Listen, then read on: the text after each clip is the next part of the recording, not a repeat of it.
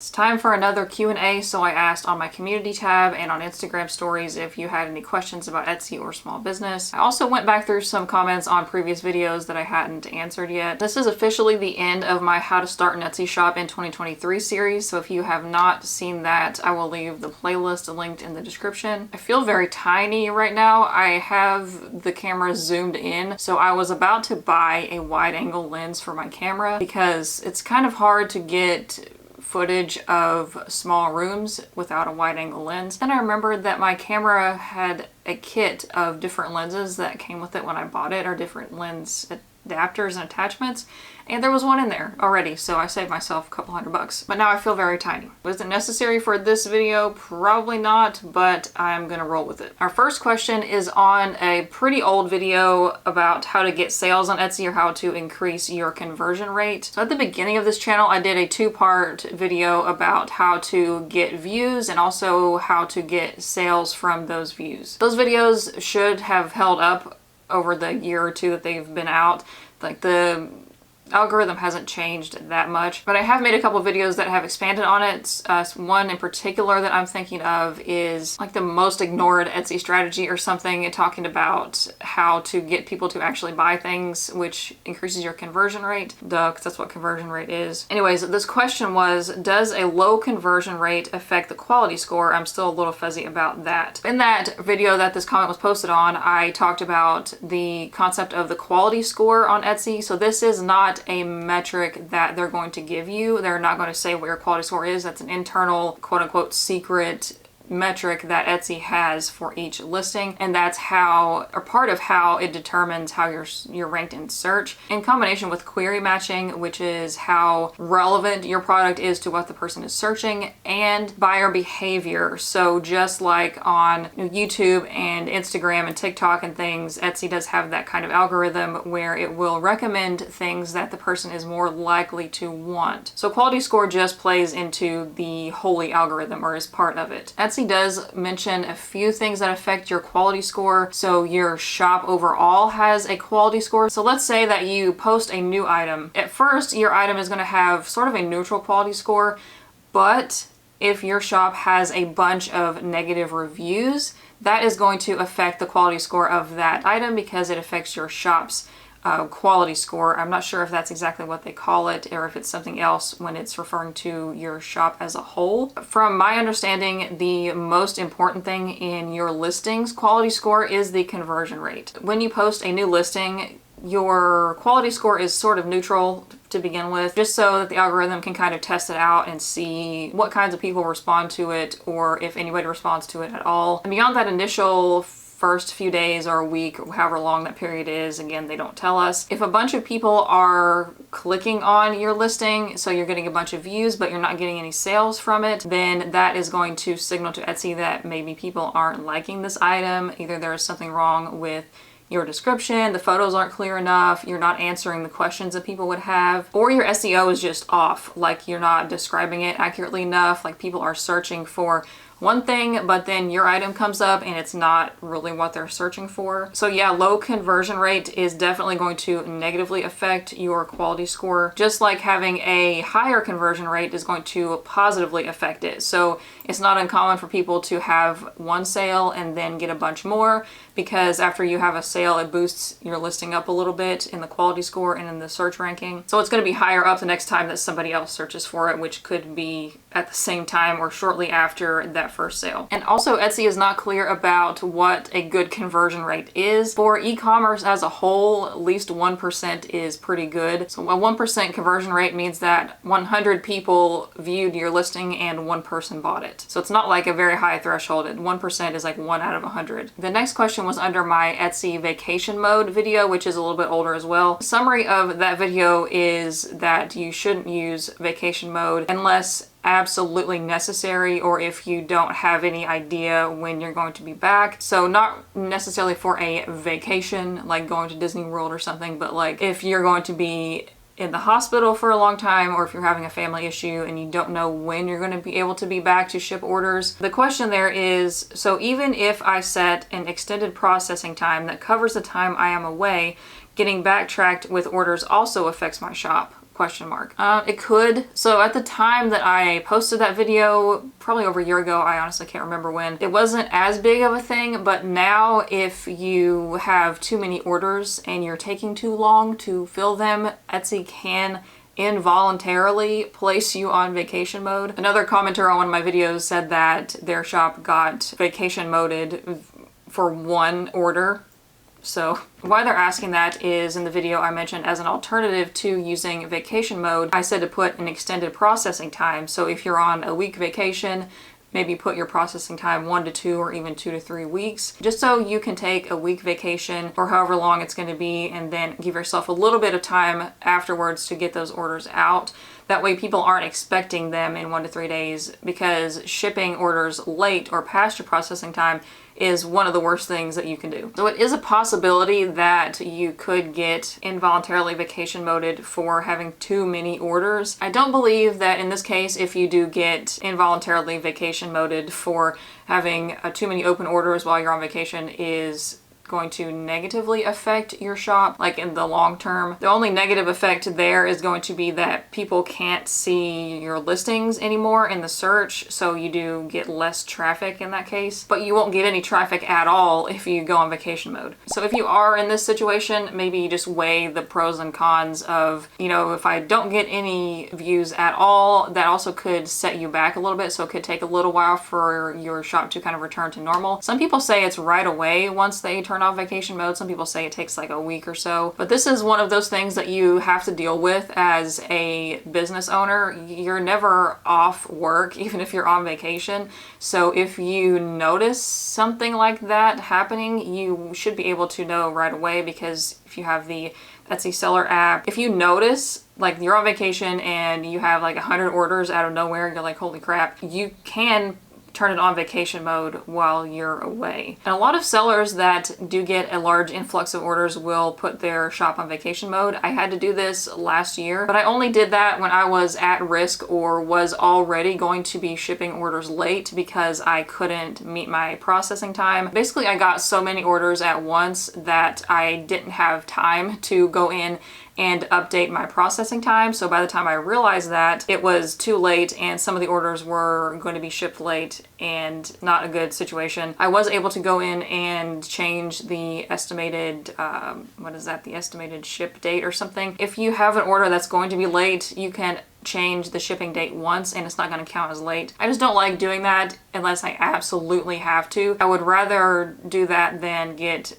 disciplined from Etsy for shipping late, but it's a negative impact to the customer because their order is going to take longer. So I guess my definitive answer to this is it depends on your shop, and if you want to risk getting vacation moded, or if you don't think you will, then I wouldn't worry about it. All right, here's a question on a recent vlog. They said, I love how real you are in all of your videos. What are some ways to do free marketing for my shop? They're talking just about Etsy specifically, which I'm assuming they are. The best free marketing, even though you technically pay for it with your fees, is going to be Etsy itself. That's the benefit of having an Etsy shop over something like Shopify, where you don't have that marketplace where people can just stumble upon your products. Making sure that you have all of your shop about me sections and your shop story and everything filled out, your policies filled out. That is number one thing that I see when I do shop reviews, is that people don't have all their shop sections filled out, and that plays into your quality score, which means you're automatically going to rank lower in search and not be recommended to people as often because your shop is not complete, because that's part of your quality score. And just the basics of making sure you have really good quality photos and lots of them, and staying active in your shop and making updates regularly to your older listings or adding new ones. And I have gotten a lot of flack over this for the past few years that I've been doing Type 9 Studio, but I still stand by it. I would not waste time using social media to market your Etsy shop like right off the bat. If you're going to use social media, I would point that to a Shopify or your own website, whatever platform you would decide to use. So that way you're growing your shop's SEO, which is actually going to come up in a later question. And you're not driving traffic to Etsy because you have that built-in audience on Etsy already. I would not say to not use social media at all. I would focus it on building a brand brand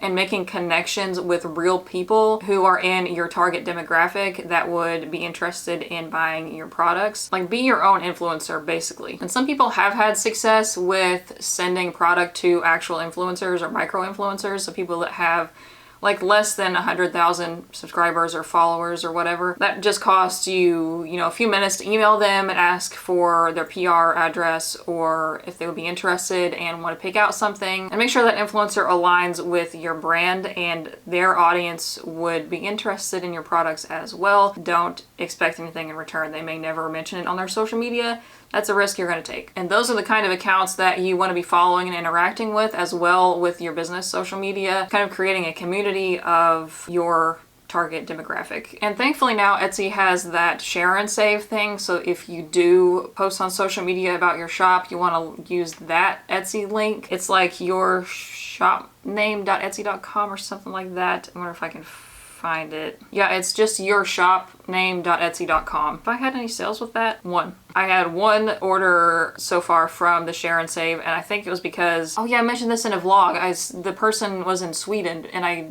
don't have international shipping set up on my Shopify yet, so they used my link and it saved me $1.36 in fees, so I will take it, I guess. Some people use Facebook groups to market their Etsy shops. This is not something that I would recommend. A lot of Facebook groups don't even allow you to self-promote anyways, but the ones that do are not going to be the best place for you. So there's a lot of those like Etsy seller groups, and you don't want to be marketing your Etsy shop to Etsy sellers. I mean, think about it, because they're in that group to promote their own shop. They're not in that group to look at your shop. But if you make anything that you wear or like carry with you to work or just going out or whatever, keep some business cards with you in your purse or your wallet. That reminds me, I got new business cards like a year ago and I have my old ones in my wallet, so I need to swap those. The next one is not particularly a question, more of a suggestion that I just wanted to address, I suppose. It was on the How to Start an Etsy Shop in 2023 series episode about getting your first Etsy sale, and they said, great video, I've watched several of your videos. I wish you would show good and bad examples in addition to explaining things. This is tricky for me, like just on the back end here, because I don't want to put anybody on blast. I don't know who is watching my videos, so if I come across an Etsy shop with the shittiest photos that I've ever seen, I don't want to show those on my channel just because that's not cool, and they thought they were doing good, or just at first glance, they might be selling a lot. They might be selling more than me with the shitty photos. So yeah, I don't know, unless I do like take my own example photos badly on purpose. That's really the only way I could think to do this. I have done shop reviews and I no longer ask permission to share them on YouTube, but I wouldn't have wanted to use them for bad examples anyways. The only way that I would do that is if I had like a before and after, the bad photo or bad description or whatever the thing is, bad title, something like that, and then how they improved it. So if I had a before and after, I would possibly share that, but yeah, I am not comfortable sharing, like putting people's stuff on blast. But that is a good suggestion. I can possibly make fake bad photos. Or I could just show my old listings and photos, which I have done actually. A while back I did a video roasting my first Etsy listings, which were still up. I didn't delete them, I just deactivated them. So go check that out if you want some bad examples. All right, this is question number 5. It is from my most hated Etsy task video, how to make listings, from the How to Start a Shop in 2023 series. Now, this is actually a good question. Difficult to answer, but a good question to ask nonetheless. So in the video, I was talking about how having a lot of listings is beneficial, which I have said in a lot of videos. If you watch my channel regularly, you're probably sick of hearing me say that. They said, with the whole have a larger number of items thing, what if what you make is high cost and time consuming? I make larger whiskey cabinets and things like that. Each one costs about $100 in materials, so it's not really possible to make a bunch of them without getting a sale first. Does the numbers game still apply to shops like mine that may only have 5 or so items? In this instance, I would say no. Having a large number of items is not really necessary. It would help, yes, but not necessary, especially having to store, like having to make one of each to take photos of and then having to have some place to store all of those. It's not going to happen. And the target demographic or the target audience for that is going to be smaller as well, because the price point is going to be higher. For a shop like that, I may suggest, and you don't have to, it's not necessary, but I would suggest to take custom orders or custom-ish. You know, I wouldn't maybe advertise that you can make any piece of furniture that the person wants, but have options for different finishes or like customization with initial or something on it. Or if it's a whiskey cabinet, how many bottles it can hold or how many glasses it can hold, stuff like that. And that way, if you get a custom order, you can use that as an example for another listing. And somebody that's ordering a custom piece like that is going to expect it's going to take a little while, so you can have your processing times longer, and then just make new ones as you get the funds. So just use your revenue wisely and make new ones, or set aside the money to make another new product. So things like furniture or custom wedding dresses or anything large, labor intensive, and also costs a lot for materials would kind of be in the same thing. Your target audience is going to be smaller, so like for me selling scrunchies, I'm going to have a larger pool of people that are going to buy a scrunchie versus a whiskey cabinet. So you're going to have less competition, which makes it less important to have a ton of listings. If you wanted to pad out your shop, you can make other things that are related. So somebody that makes whiskey cabinets could also make like wine glass holders or serving trays, things like that that would go with that bar theme that are also made of wood. And those will be cheaper to make and easier to make more of and take up less space. Another comment on an older video as well, email marketing for Etsy beginners. I need to update that video, by the way, because I have a little bit more experience now. They said if someone is new in email marketing, then how will they get 1,000 emails for marketing? Maybe they just mean how will you get a lot of emails? So it's not an overnight thing. Any way that you're going to get a lot of emails quickly is probably illegal. You never ever want to go back through your old Etsy orders and just take people's emails without their consent. You also don't want to message your previous Etsy customers and ask if you can have their email address. That is not allowed. You can only message them regarding their order. There's two ways you can get email addresses from your Etsy customers legally, or prospective Etsy customers. In that video, I laid out the different email services that I have used or have heard of that will work for this. The one I use is called Aweber for my Etsy shop. It will integrate with Etsy to collect emails from your customers. So as they order, as part of the order, they will receive a separate email from your Aweber list, even though you didn't send it. It's automatic. Once it sees that you have an Etsy order, it'll send them an email and they will have to click on that email and opt in to give you their email address. It's not an automatic thing that adds them to your list because that's not allowed. They have to opt in, like per Etsy's rules and legally as well. Aweber is the only one that does that currently. And then with Aweber or another site, I use ConvertKit. I've also used MailChimp in the past. And right now I use Shopify for my email list. So you can create a landing page for your email list. And in all of them, except for Shopify, I don't think you can do this specific thing without a third-party app of some sort, but you can create a landing page and have a specific URL. I would suggest doing a bit.ly or some kind of shortened link that's easy for people to type in. So like bit.ly/ whatever your shop name is easy enough. Most of the time on a landing page, the URL they're going to give you has a bunch of letters and numbers, and people are not going to type that in if they can't copy and paste it. But with your landing page, you want to go into your Etsy listings and also in your About Me section and your announcement of your Etsy shop and promote that as a way for them to get a discount of some sort. So you can set up the landing page with an incentive, which is going to be once they confirm their subscription to your mailing list, they'll receive a coupon code sent to their email for your Etsy shop or your website or whatever. And most people stay subscribed after that. They don't cancel right away. And also with your social media, you can have that linked as well. It's just a waiting game and growing it organically. And I don't even have 1,000 email subscribers. Let's see how many I do have. I have less than 700 right now for my mailing list. It's been slow growth for a while, and then I had a bunch of orders over the past few months that has kind of grown it, so people will opt in when they buy something from my Shopify, and that's how I've grown the list that way. So the first key to getting people to sign up for your email list is to have some kind of incentive. It doesn't have to be a discount. Most people are going to expect a discount for signing up for a mailing list. That's the most valuable thing to most people, or most valuable thing to most Etsy sellers, customers, is going to be a discount. Or if you do like digital products or something like that, then you could offer a freebie as an incentive. So most platforms for your mailing list and your landing pages and such are going to allow you to either put a discount code or like a message as like the welcome thing where you can put your discount code, or they'll let you do a PDF or like a file download as the incentive, and that's where you put that. What that freebie is going to be is going to highly depend on your audience. So as an example, I hardly ever promote my mailing list for Type 9 Studio, but if you sign up for my mailing list, you get a free new Etsy shop checklist. I don't use my email list here as much as I should, but I'm going to start doing that soon. So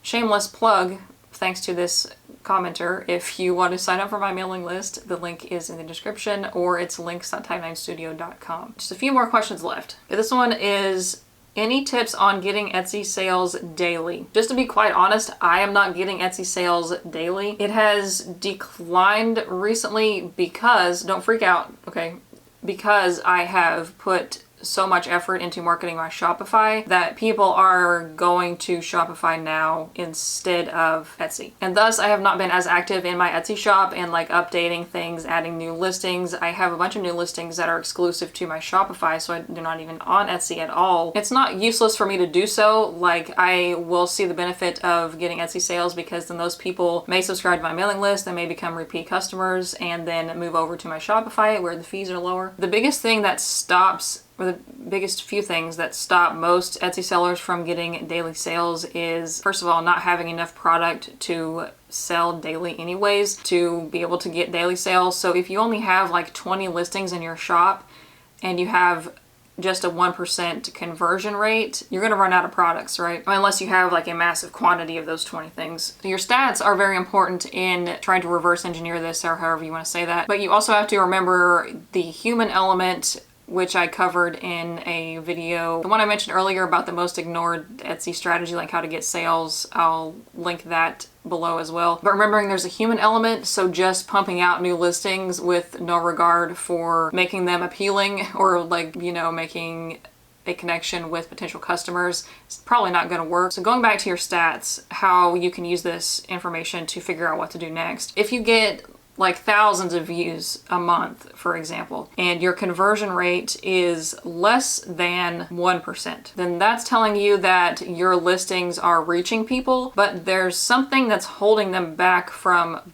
buying. Take a look at your photos, see if they could be clearer or more descriptive, or check for small mistakes like your shipping. So maybe it's showing a ridiculous shipping price for this thing. I had one review customer early on when I started doing them that had their shipping kind of messed up. I don't remember exactly what the problem was, but I pointed it out and I was like, this is way too high. It shouldn't cost this much to ship a t-shirt. But once they fixed that issue, they noticed right away that they got more sales because the shipping rate was lower. Or not having enough details in your description. I have an entire video about that as well, how to make a template for your descriptions. You want to keep it brief, but also have all the information there. And there's a pretty widely used format that most shops that I've seen that are successful use, so that's what I use, and it actually helped a lot once I implemented it. But maybe your conversion rate is 1% or more, but you don't have that many views. It's actually kind of rare that this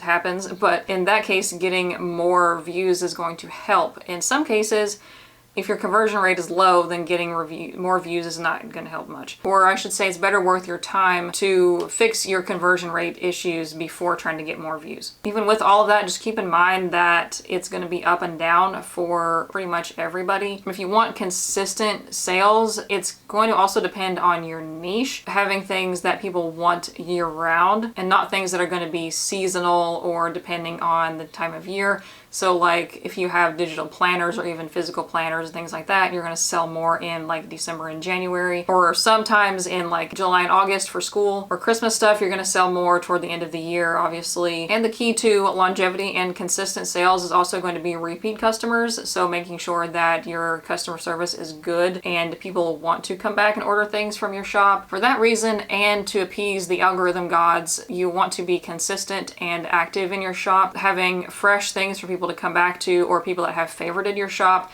may see something new come up in their little notifications on Etsy that they may like more than something that you already had, and then they'll decide to purchase then. But keeping up with your listings, keeping them fresh, you basically get what you put into it. So the more effort that you make on a regular basis is going to be more reward on a regular basis. All right, next question. I'm scared to open a Shopify because of the SEO. I have no idea where to start. I'm not an expert on Shopify by any means, but the marketing aspect of Shopify is quite different from Etsy. Depending on how you want to set it up or how you want to set up your marketing strategy. Yeah, that's the word. How you want to set up your marketing strategy for your Shopify. Depending on that, SEO may not be as important as it is on Etsy. For me, for example, it's pretty much non-existent, although I do try to follow some of the best practices for SEO. The vast majority or almost all of my traffic comes from social media, from marketing that way, and from retargeting previous customers or people that have signed up for my email list. And the analytics do show that I get some traffic from Google, but that might be just from people Googling my shop instead of like searching for my products. Most people that have a Shopify are going to market through a combination of social media and paid ads, or even like influencer promotion. And if you already have an Etsy shop, you can do, like I was mentioning earlier in the video, with collecting Etsy customers and corralling them over to Shopify. So I wouldn't let the fear of SEO itself stop you from opening a Shopify. You just want to make sure that you have enough of an audience and enough traffic to justify at least the subscription fee for the first little while. So if you have an existing social media audience or you have an email list that you've already set up, then go for it at that point. And I'm going to make a video all about definitively Shopify versus Etsy for like a brand new seller that's never done anything before. But that's why a lot of Shopify shops fail, because they don't have a built-in audience and they don't realize that they kind of need a built-in audience, or at least a marketing strategy or a marketing budget that's quite large. Because it's not a marketplace. People aren't going to search and just find your shop by chance like they would on Etsy, right? It's very, very difficult, not impossible, but very difficult to rank on Google for like your website in general, because there is a lot more competition for a Google search than there is for an Etsy search. And you can actually use, I know you can on eRank in particular, I don't know about the other similar websites that will show like search trends and things like that for Google. I mean, you also can use Google's search trends page to see like when people are searching or how many people are searching for this thing. But essentially, the SEO for Shopify, well, it's actually not that different now that I think about it. Like the core concepts of SEO are basically the same for most places that use a search engine. So on Etsy, you'll have your focus keyword, or the short description of your item. Like, just for example, this is not a good enough term, but just as an example, this black coffee mug, that plus whatever design is on it is going to be your focus keyword or key search term. And you'll want to have those exact words on Etsy in your title and also in your tags, but there's no tags on Shopify. And also in the first bit of your description. So on your Shopify listing, on your Etsy listing, on a blog post, anywhere on the internet, that snippet of like the first few sentences, it's a certain number of characters and I can never remember how many it is, but that first little bit, 140 characters maybe, is what's called your page's meta description. And when you Google something, you'll see like the title of the page and then an excerpt from that, and you can actually set what that portion of the description is going to be right in Shopify on the listing page. So you can edit all of that to make, even if your actual description doesn't say that exact thing, you can edit the meta description to include your focus keyword specifically as it is, but also make it informative and signal to the person searching for that it's what they're wanting. So be a little bit more descriptive. And you want to have this in your alt text of your photos as well. It's not as important on Etsy as it is on other places on the internet, but your alt text is also very important for people who are blind or low vision that use a screen reader because they can't see the picture, so it needs to describe it to them. So you don't want to just shove in a bunch of keywords. You want to describe it in such a way that also includes your keywords. And there are apps that you can get for Shopify, like SEO enhancing tools. I don't use those personally. I don't think it's worth it because you pretty much have to pay for them all. I would only do that if I had a massive store with like thousands of items, because some of them have tools that help you to mass edit things. And larger shops that make a lot of money as well can hire somebody to do the SEO or just to manage the website and do all of that stuff for you. A better use of your time if you're just starting a Shopify is going to be to build your core audience of like social media followers, if you have an email list and things like that, versus trying to figure out the SEO and everything, because you're likely going to get more of a return on your investment of time, and it's going to be cheaper as well versus trying to go with a paid like SEO optimization tool thing. But Shopify themselves have some really amazing articles about things like that, like SEO and email marketing. So I would definitely suggest, if you are looking into Shopify, or even if you don't plan to ever use Shopify, they're helpful for just business in general. And you know it's going to be legit information versus some random blog that doesn't really know what they're talking about. Or me that's has some experience with Shopify, but I'm not an expert. You know, reading things that are from Shopify themselves and they're experts. And the last one says, I would love to check out your items, but for some reason I can't find your Etsy info. I am not marketing my Etsy shop on this channel because this channel's target audience is people who have their own Etsy shops or are wanting to start them. So there's not much crossover for my audience, which means people that come from Type 9 Studio, which is not the name of my Etsy shop. This way you can't find it because it's not Type 9 Studio. But the people that would come from here to my Etsy shop and my business are not interested in buying my products for the vast majority. They are just going to look and see how I do things and not buy anything, which has killed my conversion rate before. I don't want that to happen anymore, so I don't give out my shop name or link or anything like that. If you very closely observe some older videos in particular, you may be able to figure it out, but my conversion rate is like 2% right now, which is pretty good, so I want to keep it that way. And I would recommend that you do the same if you are trying to share your own business tips or sharing your Etsy shop in places that really you shouldn't be, like those Facebook groups that I mentioned earlier where people are just sharing their shops. In addition to this being the official end of my How to Start an Etsy Shop in 2023 series, this is also kind of the beginning of restarting my channel. So I have been MIA for a while. I posted a couple vlogs last week. Before that, I was absolutely swamped with a lot of things going on with my business and my personal life. So I am trying to get back on track, trying to be consistent from here on, fingers crossed. But I have been saving up my AdSense from YouTube and my shop reviews and things. So hopefully I will have enough to set up a pretty good studio space in our next place. So I like doing these videos, but it is difficult in my current space here because I have to move things around so I can even film. I'm also thinking about making a second channel about sewing. We will see. I might not start that until we move. Don't know yet. I do have a long list of videos that I want to do for Type 9 Studio. If you have any suggestions for topics or like broader questions that I could do a video on, then let me know in the comments. I'm also going to update some of my older videos that are a little bit outdated now, or things that I have learned more about. Also, one on the list is things I was wrong about, so stay tuned for that. But I appreciate your comments and your questions and hope that your shop or your journey towards opening a shop is going well so far. And thanks for watching to the end, because apparently in today's YouTube algorithm. That helps more than subscribing. Like, I get recommended videos on YouTube from channels that I don't subscribe to, but I watch their videos to the end sometimes because they come up on my feed. So watching to the end really helps. But still subscribe anyways, because I'm trying to get 5,000 by the end of the year. I'll see you next week.